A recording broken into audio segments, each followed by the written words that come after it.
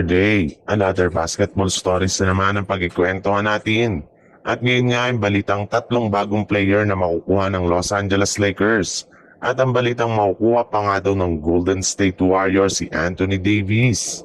Base nga sa ibinulgar pa lang na balita ng isang NBA insider, open pa rin nga daw ang Los Angeles Lakers sa pag-trade nila kay Vanderbilt basta't makakuha sila ng isang mas magaling na 3-and-D player na makakatulong kina Luka Doncic at LeBron James sa kanilang kampanya next season.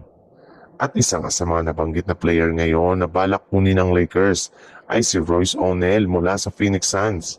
Mas gusto nga daw po ngayon ng Lakers na makakuha ng isang player na gumagawa ng puntos at dumidepensa kaya balak nga na i-offer nila sa Suns si Jared Vanderbilt ngayong season.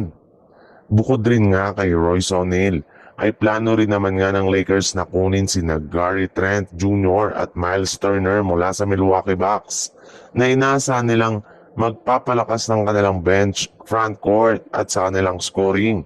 At para nga makakuha ang mga ito, balak nilang gamitin dito ang kanilang mga player na sina Rui Hachimura, Gabe Vincent, Jackson Hayes at Dalton Kenick. Sa ibang balita naman, kinumpirma na nga ng isang NBA insider ng Golden State Warriors na seryoso na nga daw pong kinukonsidera ng kanilang front office ang posibilidad na pagkuha nila kay Anthony Davis sa isang blockbuster trade ngayong season. In fact, susubukan nga daw ng kanilang team na makipag-trade talk o makipag-usap sa kupunan ng Mavericks para malaman kung paano nila ito makukuha bagong trade deadline sa darating na Pebrero. At dahil nga sa hawak na $54.1 million na kontrata ni Davis ay hindi nga magiging madali para sa Warriors na makuha ito mula sa Mavericks dahil kakailanganin muna nga nila na bumuo ng isang malakihang trade package bilang kapalit nito. Hindi rin naman nga daw sapat kung Jonathan Kuminga lang ang kanilang ipang-offers sa Mavs. Bagkus, posible nga na mapabilang rin dito si Draymond Green na wala na rin naman nga masyadong nagiging impact sa team ngayong season.